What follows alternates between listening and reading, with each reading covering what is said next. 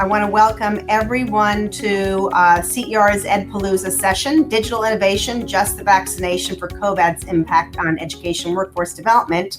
The folks you see on your screen, who you'll all meet in just a couple of minutes, have become good friends, colleagues, and warriors in the battle to ensure that great technological advances and innovations based in just great practice make their way to students at all levels, learners at all levels.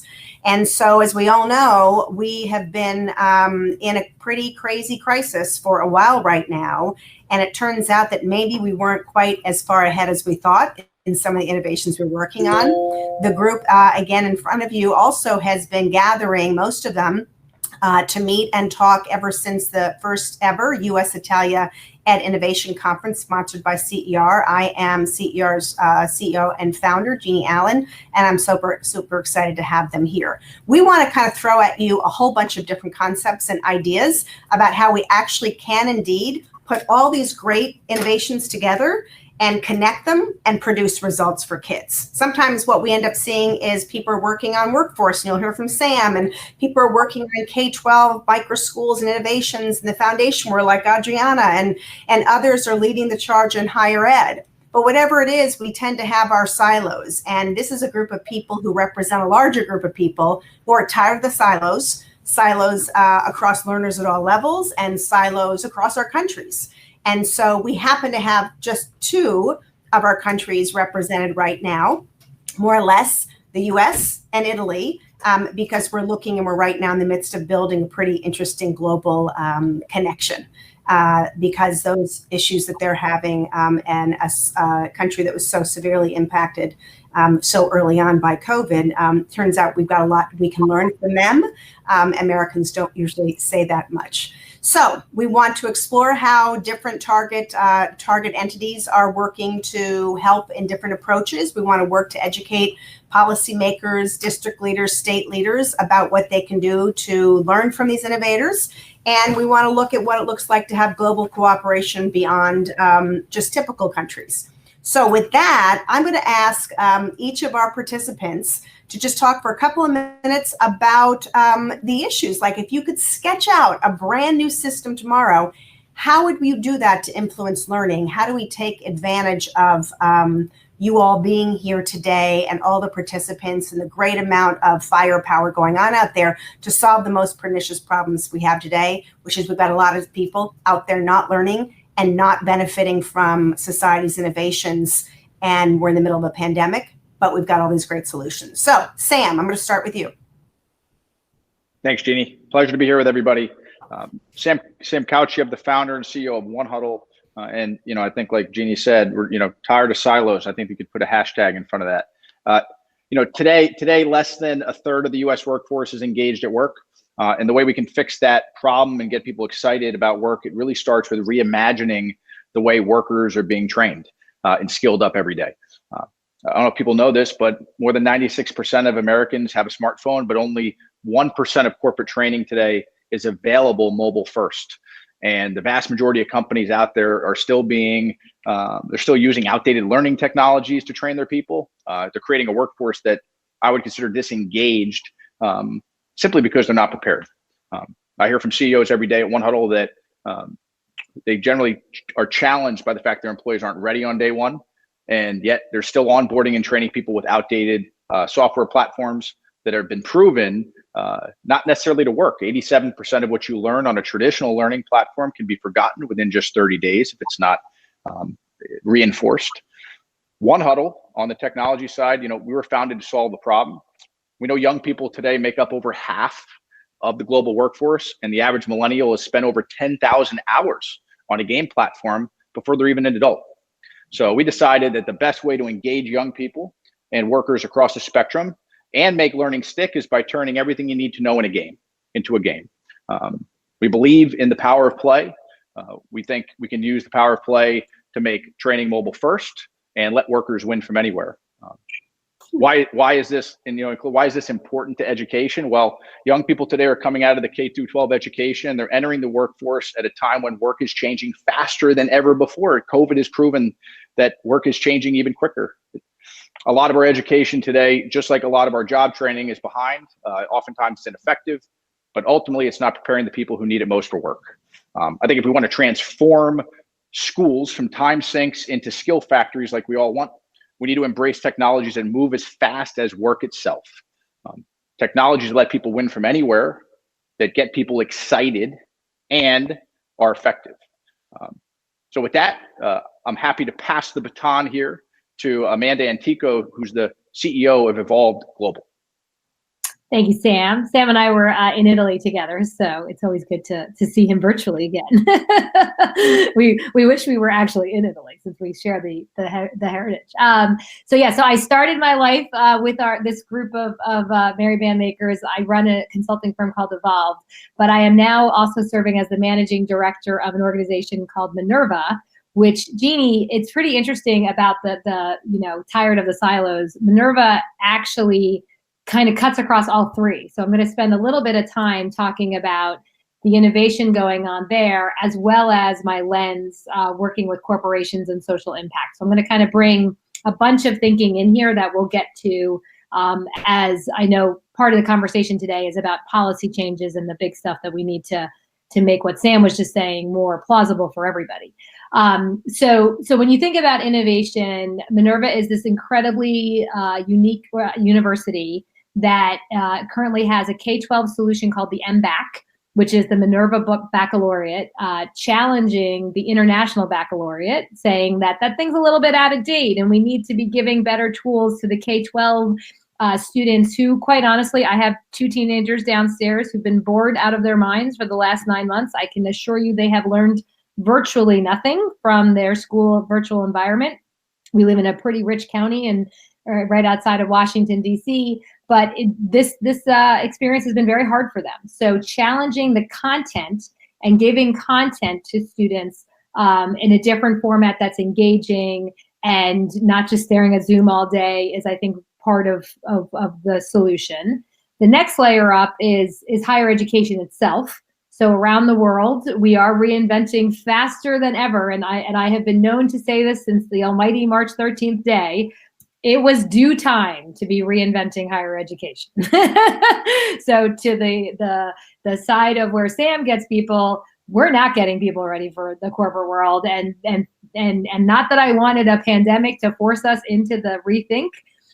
What the Minerva University does is again super unique and wildly wonderful. These students live in 7 cities through their 4 years. They engage completely online on a program called Forum, which is the proprietary technology which embraces active learning and listening. And these students are blowing my mind. They are more prepared than anything. I work with them every day. I would give them consulting assignments before I'd give them to my colleagues at some points because they have been on the game of engaging in higher education for a very long time. And also because of their hybrid experience, as Jeanne knows, the international experience is where we're going. Globally, we have to be mindful of what's happening around us, right? So higher ed is not just take your major and go out to the world and do that. It's go out into the world and do something before you even leave. So higher ed is the second tool. And then to Sam's point, I mean, look, I fell in love with Sam the first time.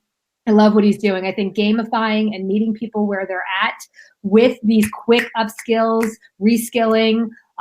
We talk a lot about managing complexity. We talk a lot about human design-centered thinking. It's very philosophical and academic, but at the same time, it is how we are developing new products and services faster than ever before. So I think when you cut across all three of them, you put in the extra layer of what I have dedicated my life to, which is social impact and change, right? I think that the other part of this is, I was just reading a stat today where in the US, we still have 42 million people who don't have access to broadband internet. That's just insane. So we're living in this world where they can't get access to this simply because the policies and the shifts that we're making don't allow them to have the broadband access, and that's in the US.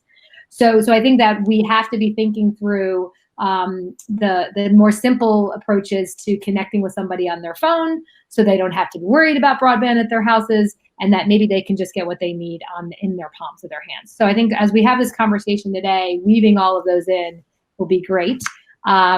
And Amanda, before you hand it off, my quick question about the students, because I'm sure someone out there is thinking this too. When you talk about their just their ability to be out there in the world and the diversity and stuff, are they the best and the brightest, quote unquote, the traditional best and brightest, I should say, because that's a really stupid term I hate also. Talk about hashtag cross out best and brightest, just like cross out silo. Who are they though? Are they from every walk? Yeah, they are. They are. So a little bit more about Minerva. So they only accept 2% of their applications. It's completely need blind. So these students come from everywhere in the world. I can tell you that one day I'm on the phone with some 19-year-old whose family lives on a farm in Kazakhstan and is dirt poor. And the next day I'm on the phone with somebody whose family is obviously well off. They are completely hand chosen based on their life experience and what they want to achieve as they move forward. Our classes are incredibly small. There's only about 125 students per class. So we need to find a way to scale more Minerva folks. But this is not an elitist situation. It was meant to challenge, are we able to deliver a high quality education to everybody that should get one? So the process is very rigorous. And like I said, we're working on a project right now with the UN Sustainable Development Goals. I gave a team of 5 students who were 21 to 23 years old a project I would have given a consulting team. They delivered better, faster, and more efficiently because it really affects their lives and they know what they need to do to make the change happen. Right. Great. I think you have to skip over Richard because he's not been able to get on yet from Italy. So, okay. So how about I will hand the baton to my left of me. I'll just go to Enrico. Is that okay? Sure. That's great. Enrico, you're next to me, so go ahead. Thank you, Amanda. And thank you, Jeanne, for having me here. I'm Enrico Poli. I'm the director of Zanichelli Venture. It's venture capital fund focused on edtech companies, investing in Europe and in the US, connected to the leading Italian educational publishing house. I'm also one of the founding member of the European EdTech Alliance, which is an association of people that are trying to get together the European EdTech network to favor a common policy and to help European startups. And there are so many things happening right now. And I would say something I'm paying close attention to these days is mostly related to adult learners. And it will probably resonate with what Amanda just said. In higher education and beyond, I think we are changing the way we are thinking about scaling. We started with MOOCs 10 years ago, and it's been a breakthrough. And I think self-directed, motivated learners can access a trove of high quality learning content. But it's mostly asynchronous. It's passive. I guess it's a prime example of what we would call, sage on the stage, which is like, and what's happening now is that people are starting to think, and I honestly, Minerva has been one of the first, I think, institution thinking about that. People are starting to think about scaling active synchronous learning. If you look at what Professor Stephen Gosling that was previously in Minerva is doing at Foundry College, and again, a good friend Michael Feldstein is writing on the net about scaling the seminar, and then some former Coursera founder is now doing at another company that is called Engagely. The idea is that you can scale the kind of learning that we think it's the best educational experience when you have close contact with the people teaching you and also your peers learning with alongside you. And I think this experiment, if they succeed, will also impact. At this point, it's mostly about adult learners, but I think that if they start succeeding, I think they will impact how we think about doing K-12 online education. Because again, we know that it's even more important when you're working with younger learners to do something that is active and it's not just the classic somebody talking on Zoom for 60 minutes. So that's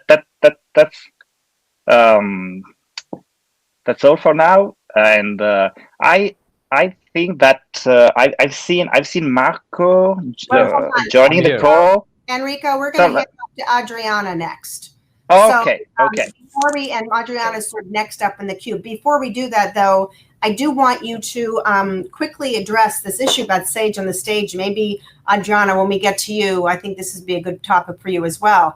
Isn't it interesting that we're still doing that with online learning, right? So look at all the studies that have just come out about New York's failing kids, Fairfax County, all these folks are failing kids because they're not doing well. And yet we know that technologically aided learning can actually work really effectively for students. So what's wrong, right? What's the problem? Well, all they're doing is changing what they were doing in the classroom to just doing Sage on the stage in front of a computer. I think it's probably a little bit more complex than that, but it's also the difficulties of using the technology that you're addressing. Enrico, any thoughts about that before you hand it off? Yeah, and I think honestly, this is a core issue, and it's about. I think most of us will agree that school was not as good as it could be, even when schools were open and we could teach in presence. So there is this kind of mythology about teaching in presence, and this sometimes I guess it helps us covering up that we are not even inside the classroom, we are not doing we are not applying what we now know about how to teach and learn better. So I think when you move to online education, you can no longer cover it up, and everything that is not as good as it could in schooling, all of a sudden it's very clear. So I think that for example, active learning method, flipped classrooms, or peer education, all these pedagogical methods that we know well, that they work much better than the Sage on the stage kind of trope. We should apply them also when we can do regular schooling in the classroom, and we don't. So it's not surprising to me then when all of a sudden we have to move online. The instinct, the Pavlovian reflex is to just keep doing the same, but it doesn't work. Not surprisingly. Great, thank you. Adriana Murrieta, join us. Hi, Adriana Murrieta, Executive Director of the Faros Foundation. I would have to start by what Amanda said earlier about the digital divide and the connection issues that our families are having. We're based out of Arizona. We have a lot of families in rural communities, a lot of families along the border with Mexico. A lot of our students are first generation Americans. And when we began to reach out into those communities, and even in the urban communities, the biggest problem we were seeing was that parents were not even able to support their students. Parents were not able to turn on their computers, were able to help them with technology needs. So when we're talking about digital innovation, is before we get to the point where we're talking about programs is we have to really understand what's happening on the ground with the student and what's happening with the parents or the adult that is supporting them. In this case, kids in K through 8 were having a lot of problems. So we partner with a local organization, and we are working to educate parents.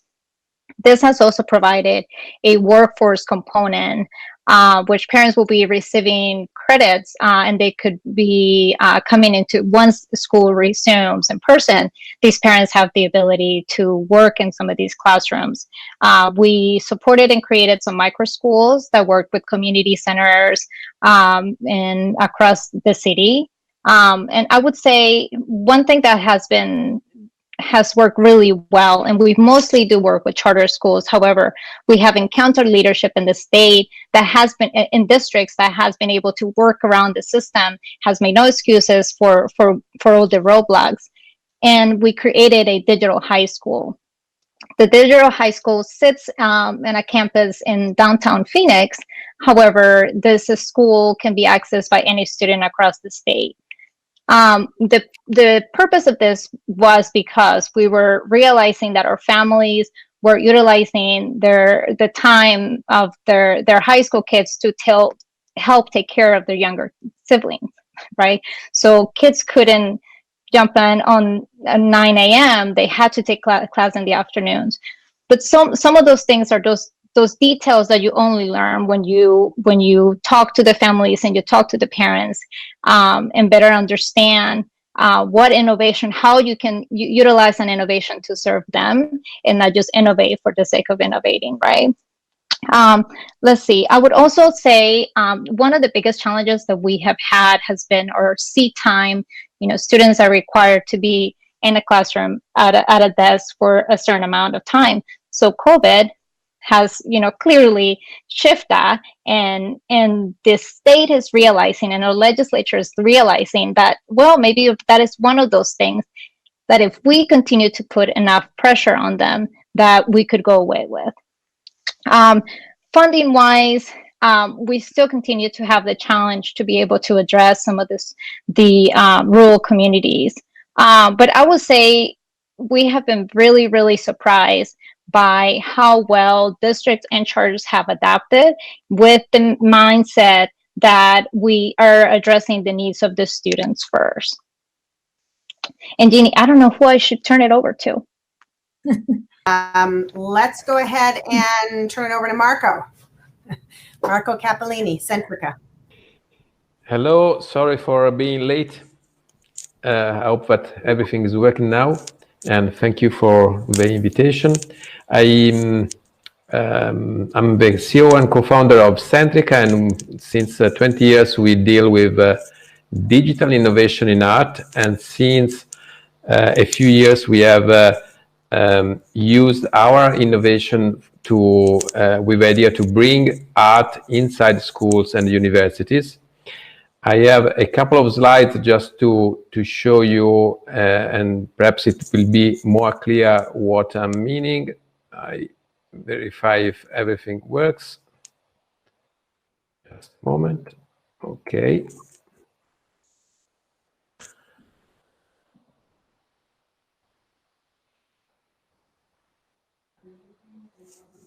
I hope you are seeing the screen. And basically, what we do is that we try to bring the ability for teachers and students to view works of art of very famous galleries like Uffizi galleries or Brera Museum in Italy, and we hope that other galleries will add in this Art Centrica service, cloud service. Another feature is that you highlight a detail like a jewel, and you discover all the works of art that contain that kind of detail. And the teachers can create lessons based on these two elements and many more. And this is in very brief, in 1 minute, what is the platform now. We are using in some schools in Italy and also in Germany, and we hope that this kind of innovation can be brought also in US. I would like to I stop the sharing of the screen, and I would like to highlight that what we are trying to do is both an innovation inside schools as well as an innovation for culture and art. And as you know, there is a very big problem for museums, for art institutions worldwide, that they have seen a completely drop to revenues coming from ticketing. So our idea is to mix the need of museums of creating revenues, the need of students and teachers to have access to this kind of content, and create an ecosystem that can exploit these characteristics that have been brought by COVID, because inside our Centrica, part of the revenues goes directly to the museums. So this is our idea of innovation that mix art, education, and obviously teachers and students, who are the main people important in this activity. That's great, Marco. And before we go on to the last person, I want to just kind of do a quick pause there, because there's a couple of really interesting themes that we want to come back to. I mean, one, you're presenting that art, and then hearing Adriana talk about sort of the difficulties in reaching students in her area and in the focus. You know, it speaks in both different ways to equity. I mean, the fact that you can actually take a student wherever they are in the world. You guys have heard me with my favorite example, rural North Carolina, and they could wake up to something that's like the Uffizi Gallery and study and hear about art at a sophisticated or even just a basic level, is the kind of stuff, Adriana, that the digital innovation and the digital access would provide if your students had it. And then, you know, talking to Amanda's point about the fact that we still even have millions of people who don't have that access, right? And so if digital innovation is going to be the vaccination for COVID's impact on education, how do you make sure that all of these elements are woven through and get delivered? So who's ever watching here, who's ever part of our participants today and watching later can say, this is how I'm going to solve this problem of this community. So thinking about kind of how you link those pieces together with this work is really the essential question, right? How do you build the continuum for all of these different things to be accessible to everybody? Anybody want to tackle that before we have Jamey kind of talk? Or want to come back to that? All right, Jamey, I'm going to let you tackle it first, talk about what you do, and then we'll go to our round robin discussion. And please, folks who are on the participating, if you have questions, put them in the chat area. So hi, everyone. I'm Jamey. I'm co-founder and CEO of Ecree, Ecree, and our company is an AI technology that provides virtual writing support to students. So think of it as an on-demand writing tutor that doesn't have a brain. Well, it has actually a much bigger brain than I have in many ways. I was a former teacher myself, and simplistically, the technology is designed to do what I would do with my individual students. But of course, by virtue of being technology and not me, it can handle hundreds of thousands or millions of students at once, whereas I definitely cannot do that. I mean, there's so much to talk about. I really don't know where to start. There's been a lot of great insight already. So I'll pick a couple things that stuck out to me that are relevant to what I do, but then I'll be happy to hand back the baton and open things up for discussion. And incidentally, I'll drop my email in the general room chat if anybody wants to reach out to me directly to learn more about Ecree. Happy to chat offline. Yeah, so the words that stand out to me listening in, it's always nice to go last sometimes because you get to stand on the shoulders of those who've gone before you. Equity and scale, those are two things that we think about a lot at Ecree. Equity in terms of access to any number of things matters, and it drives why I think technology is an important part of the response to COVID. I don't think COVID created the problems. I think it very much amplified how deep some of them run. But it's a real problem if you're chances of developing the skills you need to be successful in college or in the professional world have to do with your zip code or your parents' ability to help you read after they get home from their job, or maybe you're not even awake when they get home from their second job. So how do you extend the resources that students need that are demonstrated to be effective to as many people as possible? I used to teach, I'm very good at it, but to get my brain, you have to pay some amount of money more than is within the reach of most. And if you can create something that's virtual, you can not only reach more, you can do it for far cheaper. So affordability is something great that's about tech in terms of supporting as many learners as possible. And scale is the, for all of the limits of technology in education, and I always think it's important to acknowledge that technology is not the perfect solution for everything. It can do some things really, really well, and it can't do some things at all, much less well. So we should be negotiating, the balance of humans and technology in a general sense. But in a specific sense, I don't have the ability to work with more than any number of students. Kids in Arizona can't fly to Florence to check out great art. It's just not feasible unless you use, your phone or your Amazon Dot or some combination of all these tools. And that doesn't get you 100% of the way there. Going to the Uffizi is a real pleasure, and anybody who can do that should. But if that's not possible, 85% of it's a lot better than 0%. So I'm going to draw a line under my own rambling introduction. Sorry if I got a bit off track, but this is great. There's a lot of important topics coming up, so I'm looking forward to the second half of the session for sure. Well, thank you. So let's jump into that kind of second half. I need you guys to get really specific in identifying a barrier, rule. Sometimes it's just behavior that's standing in the way, so that people can go and do something about it. What do you think are the biggest barriers? So each of you kind of throw one around, and then why don't we stick with, while you're on it, and what your solution is? Who wants to jump into that? I think I want to start because I think there's this notion of the bandwidth thing is critical, right? And how are you going to solve it? And it kind of is wrapped around with the notion of are corporations really working to better the citizens of whatever country we're in? I don't know where everyone is today, but let's assume that bandwidth is an issue for every country. We know it's an issue here in America.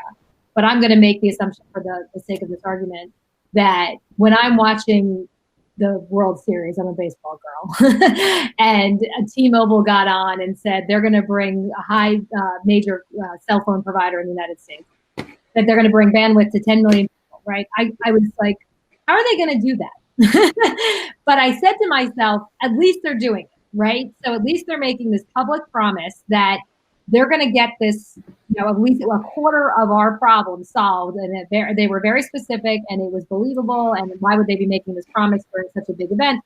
So what we see, and I think to your point of like, what's the specificity? The corporations need to get involved, and they need to get involved in a way that they never have before, because they are the solution to the problem. Because I'm not going to trust any government to get the broadband or internet issue solved. And the corporations have, honestly, at this point, at least in this country, plenty of extra capital, thanks to the government, to do a little bit more. And then you enter the world of foundations and grant giving and other things to round that out. So to Adriana's part, like, you have foundations, you have big foundations, you have people who want to solve this problem. Collaborating and working together has never happened. And then when they are a unit, it will force the government transition. So I think you've got to start from the building up of the concentric circle for the corporations to work towards solving that problem with the foundations, and then push the pressure up to the governments. Oh, so that's something I don't know, other people say. Bandwidth is an issue, and the solution is the corporations getting more involved and maybe incentivized to get involved. Incentivize is very important. Yeah. I'm going to jump on that. Go ahead, Sam. No, go ahead, Adriana. One conversation that we're having here in Arizona about how do we make that happen is collaboration, which you mentioned, Amanda. It's thinking of collaborations that probably we wouldn't have never thought before. In this case, we're having the city working with the districts and philanthropy to see how we can put some of those towers on some of those schools and some of those neighborhoods. So it's a collaboration that we haven't really seen before. We haven't really done a lot of work with the city. It's a smaller government, and we think that maybe in that way we will be able to move something forward. But right along, what you said is that think about those creative partnerships and collaborations that you haven't explored before, because we have to incentivize business to enter into this space that hasn't really been welcoming in the past. But Andrea, I'm going to push back just a teeny bit on you, because you don't work with all districts. You work with districts who have leaders who are incredibly innovative. So I'm not saying, right? I mean, you're pushing others, but you're pushing others, and you're having an impact on pushing others. But do you have to start, like, is one barrier the fact that we don't incentivize innovation or risk taking in district leaders? So you guys have introduced me to Chad, for example, who runs Phoenix Union, who has been doing remarkable things since March 31st to make sure he's reaching students. Why? Why did he set up all sorts of different places for students to learn? Why did he make sure everybody had access to capital? Well, we created that incentive, right? And that's what we do. We find amazing talent that is on the ground, who's able to push the system, able to work around the system, and able to break barriers. And we provide them with what they need to create a digital high school or an educator high school, or to have the conversation. So I would say, if you're an investor, there are many of those out there who are willing to not make excuses for the system, but work around it, and we give them the courage that they need to be able to push that. Great. Sam, do you want to jump in? Yeah, and I'm in agreement, I think, with the point that companies need, we need to put more on companies, and they have an opportunity to make a big impact. I think that we have to one of the areas we got to start with is fixing laws that are dated in before the internet was created. Yeah. The Fair Labor Standard Act here in this country was built at a time where it was intended to protect unionized labor and protect workers, but I walk into offices with HR teams who wave it back at me and say, there's no way we can make job training mobile first, because we got to, there's all these issues. It's on their own device. We have to pay them for it. I'm like, it's like you can only train in this country between 9 and 5 for some. I don't understand how that's become something that is okay. And I think that until we get the labor rules that were built to protect workers, helping to upskill workers, until we do that, workers are going to be handcuffed, and whether that's a 16 or 17-year-old taking their first job, or it's a 23 or 24-year-old coming out of college, we need to, our labor rules need to make it easy for people to go out and acquire experiences and skills, not block them from doing that. It's great point. Enrico, what about in Italy? Do you see, is it system, is it government, kind of where are the biggest barriers, and what's the solution? I mean, again, it's no secret to anybody here today that I think all of us agree, we at CER at least have always believed that with innovation, you have to have opportunity. So if there's not the opportunity to make changes, if you can't select or have some sort of a marketplace, the innovations are going to kind of fall on deaf ears. So what's your take on this? Yeah, and I have something to say about it. If you allow me, Jeanne, I just want to chime in on something that Jamey said, and it's about, I think we all agree here that the best in-person education experience will always be better than the best online educational experience. It's like personal tutoring. It's like one-to-one personal tutor. It's like Aristotle tutoring Alexander the Great. If you can have that, I think no online experience can beat that. But I think what we are discovering increasingly is that thanks to the affordance, thanks to what the tools that the software and online education gives us, we can provide to a lot of people something that is much better to what they have now access to. And of course, then you have to decide do we want to focus on financing that online experience that is better than what they have now, or do you want to focus on getting better the in-person education that they have now? I think you can do both. Talking about barriers, one issue that I always bring up when I talk to policymakers, it's not very sexy, but I think it's important, and it's about interoperability.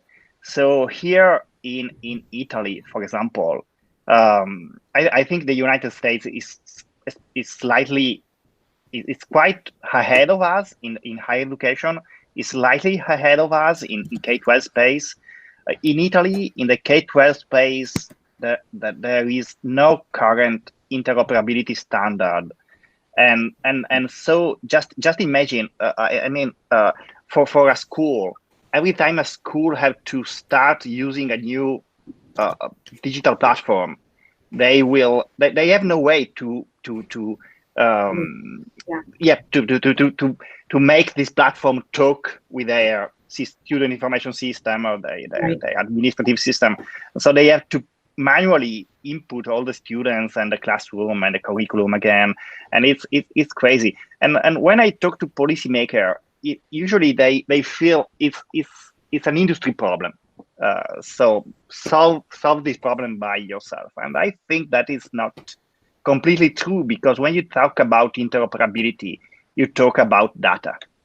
And data is something that is, in Europe, we take privacy very seriously. So without having a full support from policymakers and from the government, usually nobody in the industry want to tackle this problem, because data is such a risky issue. But think about the potential, Enrico, for, again, we're sort of talking about incentives. Maybe one of the incentives, because I'm not a huge regulation girl, but at the same time, you got a ton of public money going to systems that aren't producing results. Maybe one of the rules or regulations is you're not allowed to buy anything unless there's interoperability, unless they fit together with other pieces. I mean, there might be some sort of something that you could push, right, at every level that allows that to scale. But here's a bigger question for all of you. Everybody knows bandwidth's the issue. People are trying to get around bandwidth.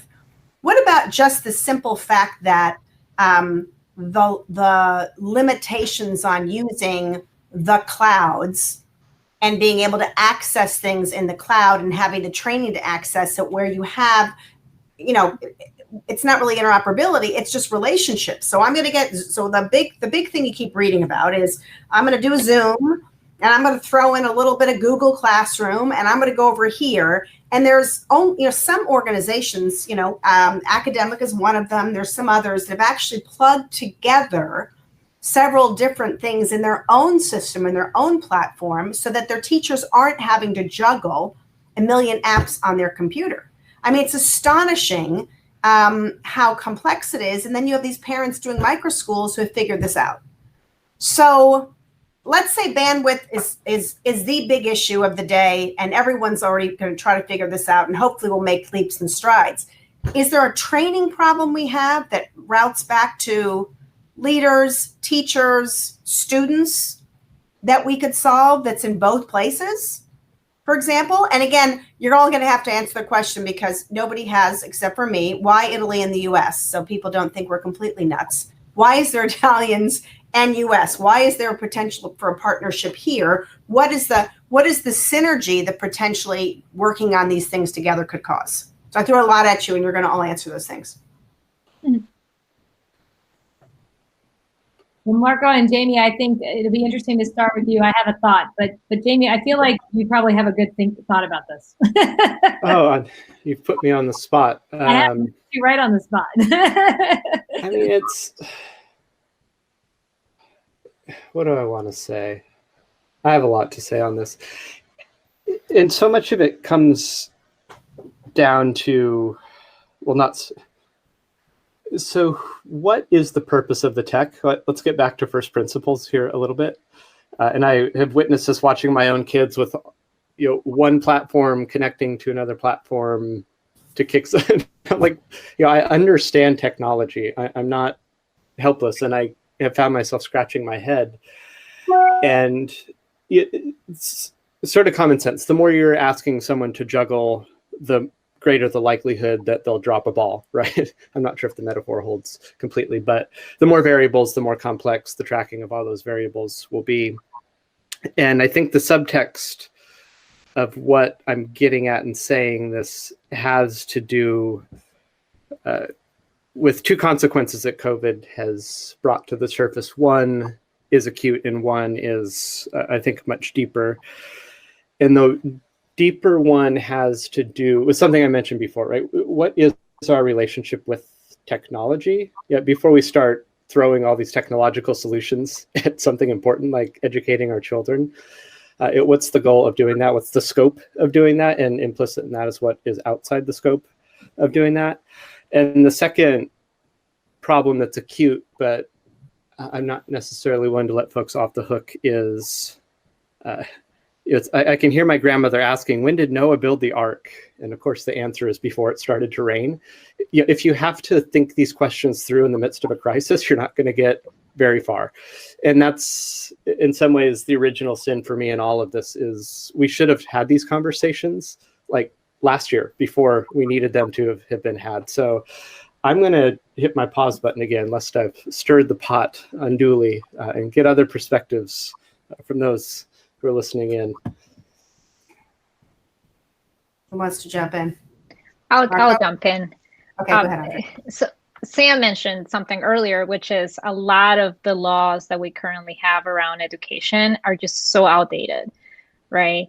So I can think of so many, but the seat time that we have for students, I mean, that should have been dealt with way before this pandemic.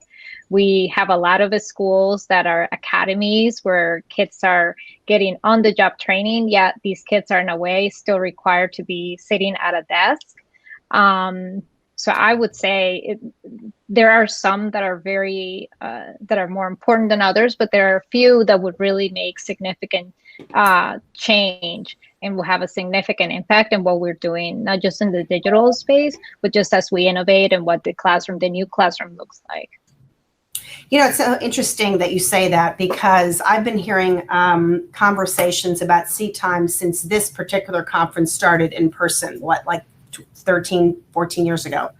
That's at every conference. Everyone nods their head, and you see state legislators nodding their head. Oh my gosh, I know. And you hear about it in Capitol Hill and hear business peers, but we're not doing anything about it. Like, I don't get that. I don't get how everybody understands that you don't measure and pay based on being in a place. And a corollary to that in Sam's business is the employers who still continue to say, we need a BA in order for you to do a job, that may not actually need a BA.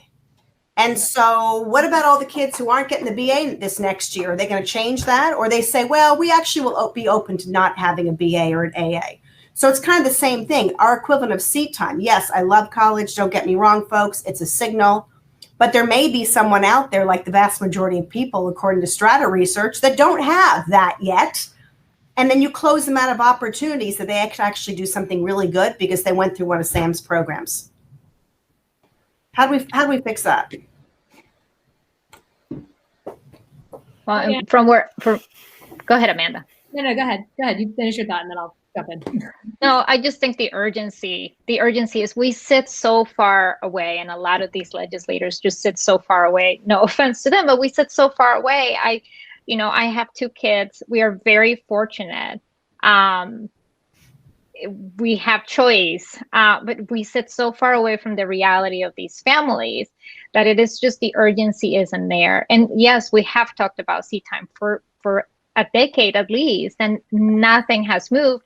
Our hope is that what COVID has done, which is that's not happening right now. Kids are not sitting in, in rooms and classrooms across the countries. That will help many of them understand that just isn't a requirement. But I think the urgency component of this is what's keeping this from moving at a faster pace.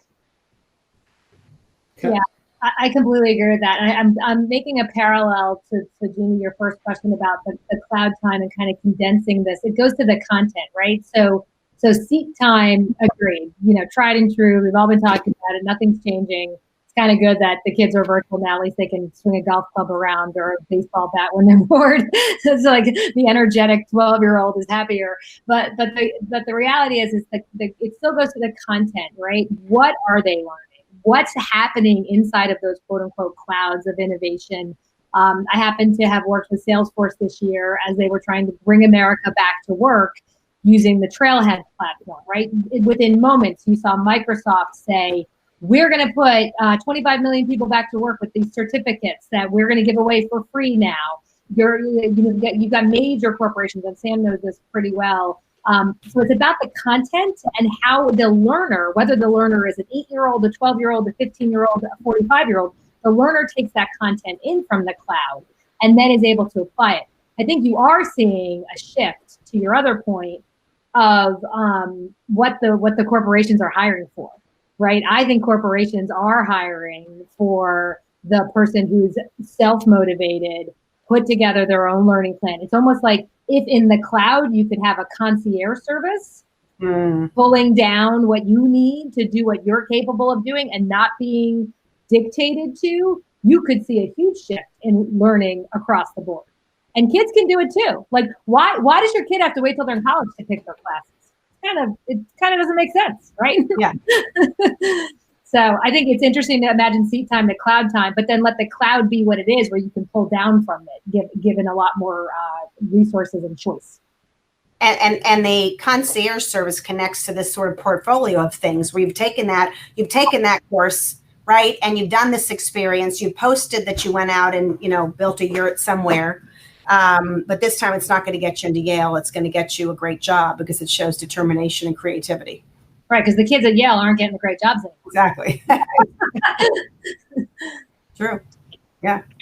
And I would say, I think you're talking about essentially non-traditional credentials that are popping up. Right. And I think one of the things that I've noticed since COVID is that the group inside of the enterprise at the company level that are responsible for not just hiring and assessing, like Amanda talked to, and identifying who should we hire.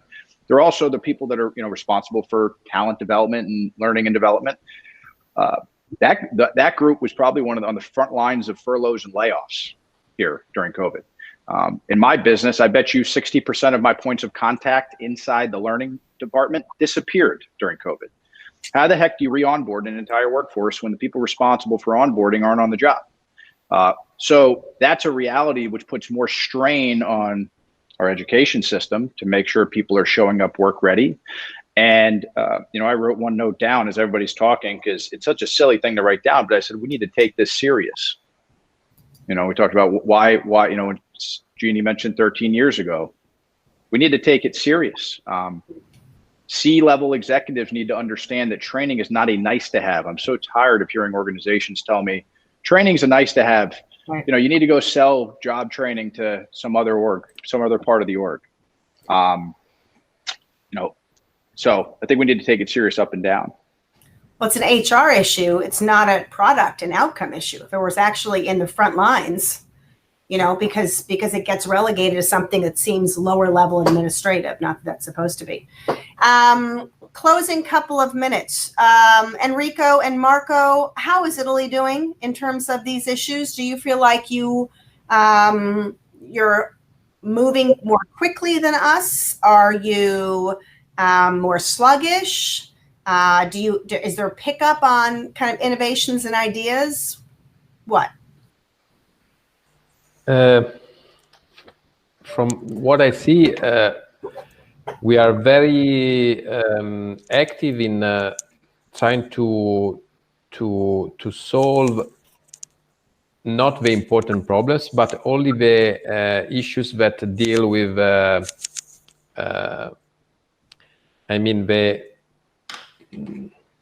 ruling issues. It's not, I do not see focus on what is really important, which is the students that can learn in a much easier way also in this situation and can benefit of the remote schooling that is possible with nowadays tools. And I connect to this everything that you have said, from the interoperability problem highlighted by Enrico to the fragmentation, is everything is there, but it is a matter of user experience, and the problem is that the user experience of the student is not considered as a central point. That is the issue, and all the other issues come from that point. That's a very good point, that it's the user experience is not the issue. By the way, not in the classroom and not in the online environment. So last words, anyone? Here's the couple of takeaways that I have heard loud and clear. I mean, one is, these problems aren't new. This is a result. This is just highlighted, as Enrico said, you can't hide anymore. It's very apparent what's happening, that we should be frustrated and pretty mad, in Jamey's words, that we weren't focusing on these things before, that it's not so much the digital divide, but it's the content. And then these issues of both interoperability and the barriers, we're still delivering or setting expectations based on the way we've done it. And this is, of course, a theme and nothing new to people on this call, but it's time to move. And so I'm hopeful that maybe working together and collecting sort of a band of increasing warriors like you all, we can do that. Enrico, you're a venture funder, you are a publisher. Any last words from anybody else? And Enrico, about how we get that done? Jeanne, about your last questions. About your last question, I think it's worth to say that Italy is still a country of distributed excellence. So when you read today, for example, Montessori, and you think that Montessori was writing those books in 1 century ago, it's amazing, because you find in her words some insight that are the same. For example, the problem with punishment and awards, that is something that you find on the most advanced books on corporate learning and lean organization. At the same time, even today, you find people here in Italy, like, for example, Alberto Brandolini. Probably not many of you will be familiar with his name, but he's really